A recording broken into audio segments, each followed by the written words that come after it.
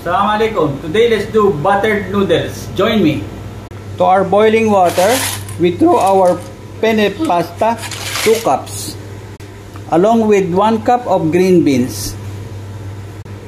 We stir it occasionally to avoid sticking, about 10 minutes. While we are boiling our pasta in our hot pan, we throw some olive oil. Stir about 1 tablespoon of minced garlic. When starting to brown, we stir in chili flakes, about teaspoon. This is it, guys, and turn off the gas and set it aside.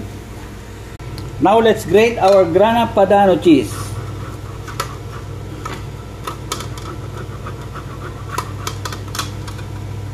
Now we set it aside our cheese until lately used. Our pasta done, guys. Now we will going to drain it. Same pot, we bring back our pasta. We stir our garlic and pepper flakes, oil, and stir it very well.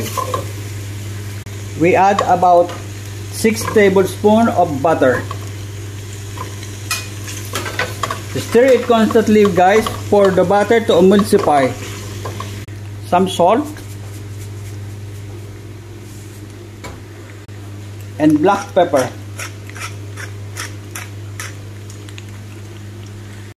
Now we add a handful of Grana Padano cheese and stir well. Buttered noodles done, guys. Now it's time for our plating. Guys. I love serving my buttered noodles with Parmesan crusted chicken and some more cheese. Enjoy, guys. I hope you like it. Enjoy.